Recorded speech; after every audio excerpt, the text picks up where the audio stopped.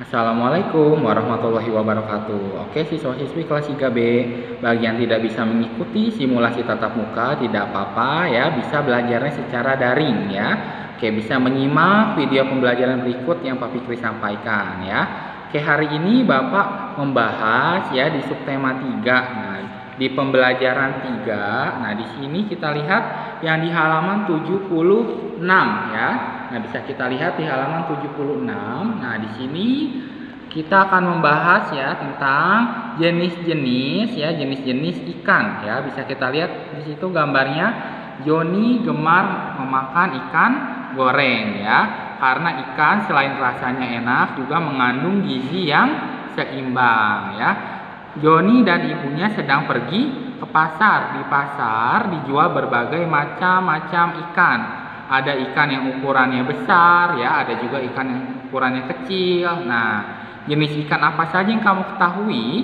Nah, ikan itu berbagai jenisnya, ada macam-macam jenis ikan ya, ada ikan emas, ada ikan lele ya, ada ikan nila, nah dan lainnya. Nah, di sini ada teks cerita. Nah, di sini ada membahas tentang ikan. Ikan merupakan hewan yang hidup di air. Nah, ikan itu dia bernapas menggunakan insang ya yang terletak di bagian samping kepalanya. Berdasar kegunaannya bagi manusia, ada dua jenis ikan ya. Ada ikan yang dapat dipelihara untuk dimakan. Nah, contohnya ikan yang bisa dimakan seperti ikan emas ya, ikan nila dan ikan lele. Ada juga ikan hias ya.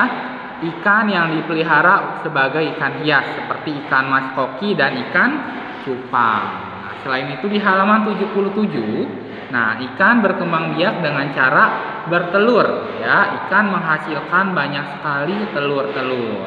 Nah, pertumbuhan hewan ikan bisa kita lihat di sini. Pertumbuhan hewan ikan diawali dari telur ya, larva. Nah, di larva ada ikan muda dan ikan dewasa. Oke, dan di bawahnya di sini kalian diminta untuk menuliskan kalimat ya. Nah, kalian diminta untuk menuliskan kalimat. Di bawahnya ada 4 kata. Yang pertama nomor 1 ada kata insang. Nah, kita tulis insang itu artinya apa? Insang itu adalah alat pernapasan hewan. Nah, di bawah insang ada kalimat. Kita tulis kalimat. Nah, misalkan kalimatnya ikan bernapas menggunakan insang. Nah, seperti itu ya. Yang nomor 2 ya. Yang nomor 2 di sini ada kata bertelur ya, ada kata bertelur. Kita tulis misalkan di sini arti bertelur apa? Ya, ikan berkembang biak dengan cara bertelur ya. Misalkan di situ artinya ya.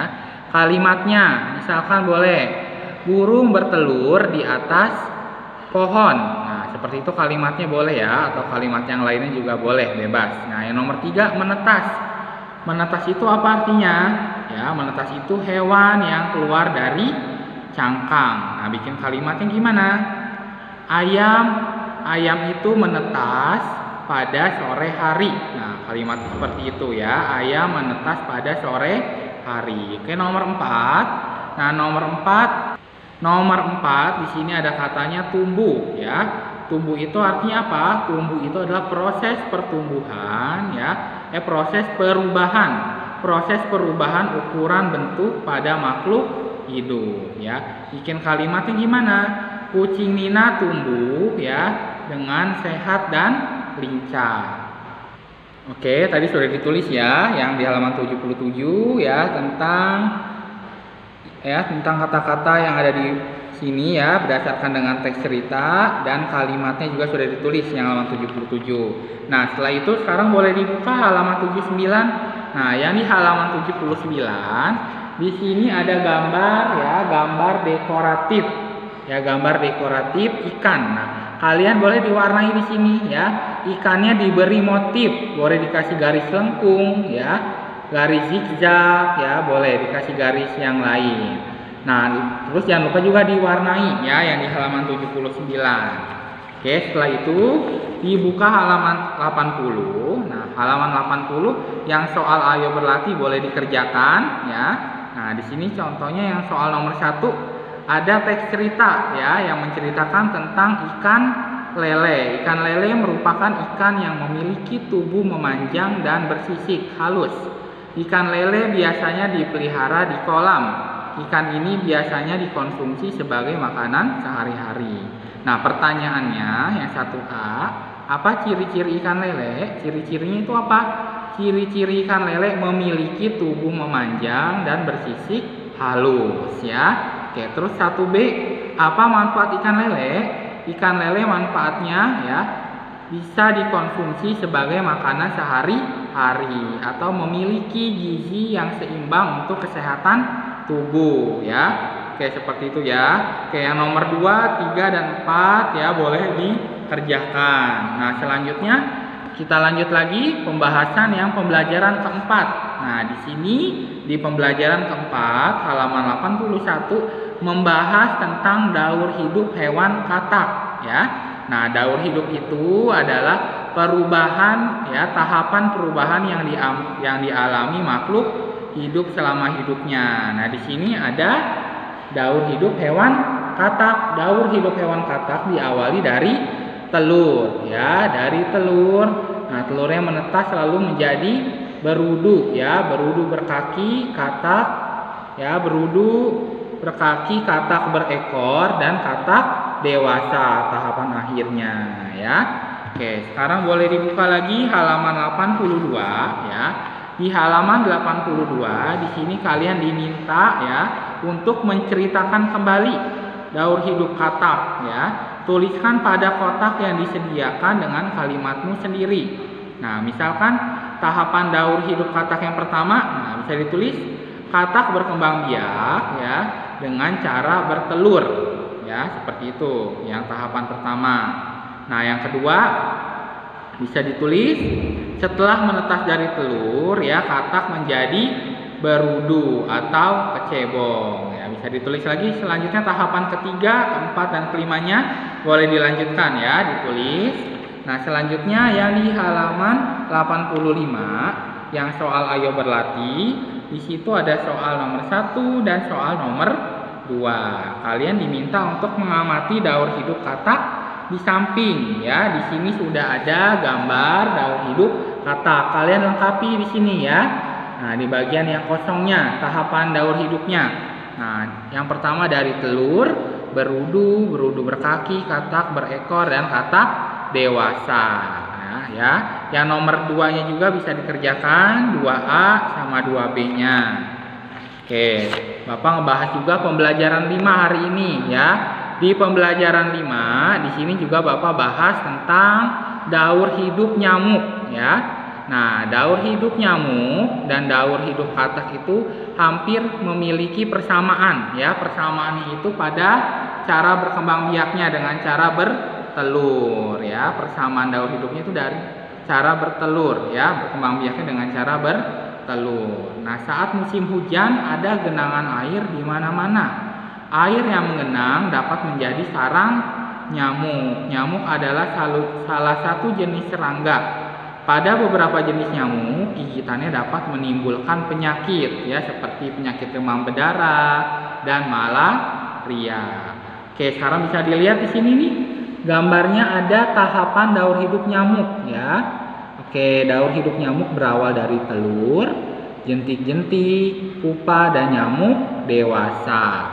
Dan yang bagian bawahnya kalian lengkapi daur hidup nyamuk berikut dengan kata-kata yang tersedia. Contohnya di sini kalimatnya daur hidup nyamuk dimulai dari telur ya.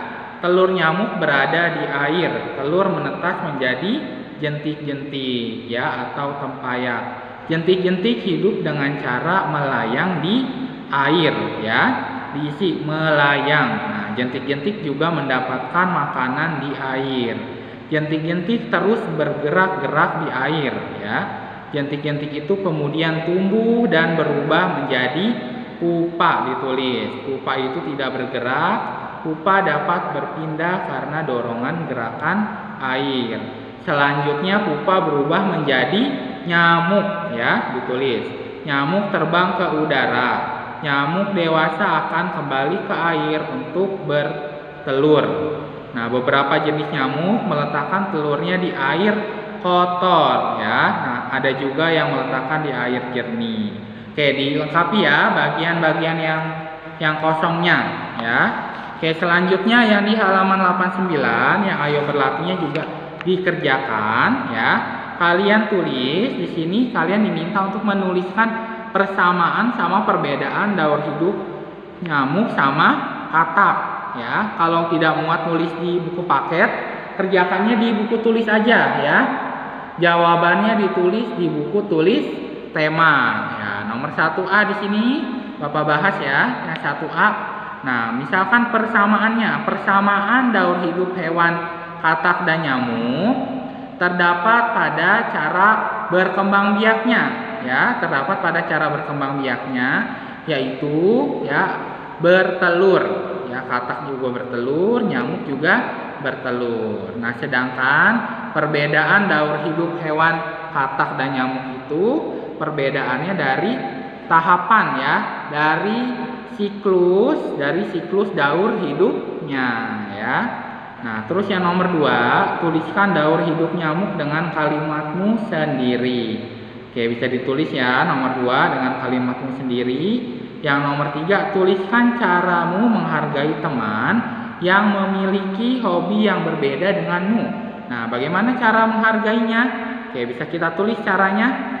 Oke, dengan sikap saling menghargai dan menghormati perbedaan hobi yang dimiliki ya. Nah, bisa ditulis nomor 3 ya, dengan cara sikap saling menghargai dan menghormati perbedaan hobi ya. Nah, yang nomor 4, kalian diminta untuk menuliskan soal perkalian ya.